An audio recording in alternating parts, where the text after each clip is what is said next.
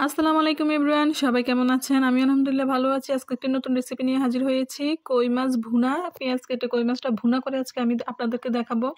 মাছগুলোর সাইজে কিন্তু খুব ছোট ছোট, এগুলো আমাদের নিজস্ব পুকুরের মাছ। এই তো কই মাছগুলো আমি নিয়েছি। এখানে আমি পরিমাণ মতো লবণ দিয়ে দিব এবং দিয়ে দিব 1 চামচ হলুদ। দিয়ে আমি কই মাছগুলোকে খুব ভালোভাবে মাখিয়ে নিব। আমি হাত দিয়ে মাখিয়ে নিলাম। প্রথমে কিন্তু উল্টে আসছিলাম, হচ্ছিল না, তাই আমি হাত দিয়ে মাখিয়ে নিয়েছি। এই তো চুলাতে এবার আমি কড়াই বসিয়ে দিলাম। কড়াই বসিয়ে এখানে আমি দিয়ে দিলাম পরিমাণ মতো তেল। তেলটা গরম হওয়ার জন্য অপেক্ষা করব। নুন হলুদ দিয়ে মাখিয়ে রাখা যে মাছগুলো, এবার আমি তেলটা গরম হয়ে গেছে ওইখানে এক এক করে দিয়ে দিব। এই তো মাছগুলো দিয়ে দিয়েছি। মাছগুলো আমি লাল লাল করে ভেজে নেব। মাঝখান দিয়ে বলি, রুবিস রেসিপি চ্যানেলটি সবাই সাবস্ক্রাইব করবেন, শেয়ার করবেন, কমেন্ট করবেন এবং জানাবেন অবশ্যই আমার দৈনন্দিন যে রান্নাগুলো আপনাদের কেমন লাগে। অবশ্যই বাসায় ট্রাই করবেন, হতাশ হবেন না। আমার পরিবারের সবাই খুব তৃপ্তি সহকারে আমার হাতের রান্না খায়। আমার রেসিপিগুলো আপনারা যদি ফলো করে রান্না করেন অবশ্যই ভালো হবে এবং আপনারা শিখতে পারবেন। অনেক প্রবাসী ভাইয়েরা আছেন যারা রান্না পারেন না, হয়তো আমার এই গ্রামীণ যে রান্নাগুলা, ঘরোয়া যে রান্নাগুলা, এগুলো আপনাদের খুব সাহায্য করবে।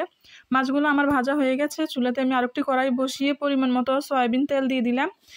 এখানে আমি 2টা পেঁয়াজ কুচি করে নিয়েছি, বড় সাইজের 2টা পেঁয়াজই আমি এখানে দিয়ে দেবো। তেলের মধ্যে একটু ভেজে নেব। পেঁয়াজগুলা দিয়ে দিলাম। পেঁয়াজ রসুন বাটাটাও আমি দিয়ে তেলের মধ্যে একটু নাড়াচাড়া দিচ্ছি। তেলের মধ্যে একটু ভাজলে পেঁয়াজের যে কাঁচা গন্ধটা সেটা আর আসবে না। দিয়ে দিলাম স্বাদ মতো লবণ এবং দিয়ে দিলাম 1 চামচ হলুদ গুঁড়া এবং 1 চামচ মরিচের গুঁড়া দিয়ে একটু পানি দিয়ে আমি এটাকে একটু কষাবো মশলাটা 2 মিনিটের মতো। কই মাছ কার কার পছন্দ অবশ্যই জানাবেন। কই মাছ বিশেষত সবারই পছন্দ। কই মাছের টেস্ট কিন্তু অন্যরকম মজা আসে। কই মাছ যেমন শিং মাছ, এগুলো কিন্তু আমার খুব ফেভারিট একটা মাছের মধ্যে। এই যে দেখুন মশলাটা কষানো হয়ে গেছে আমার। মশলাটার রঙটা দেখলে আপনারা বুঝবেন অনেকটা ঘন হয়ে আসছে। এখানে আমি 2 কাপ পরিমাণে পানি দিয়েছি।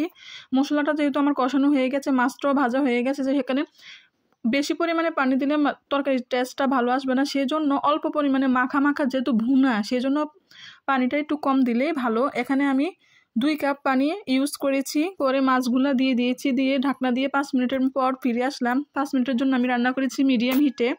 এই তো রান্নাটা হচ্ছে, একটু ধোঁয়ার কারণে কম দেখা যাচ্ছে হয়তো, যেহেতু আমি পাতা দিয়ে রান্নাটা করছি সেই জন্য উপর দিয়ে ধনে পাতা দিয়ে নামিয়ে নিলাম। এই তো কই মাছ ভুনা হয়ে গেছে।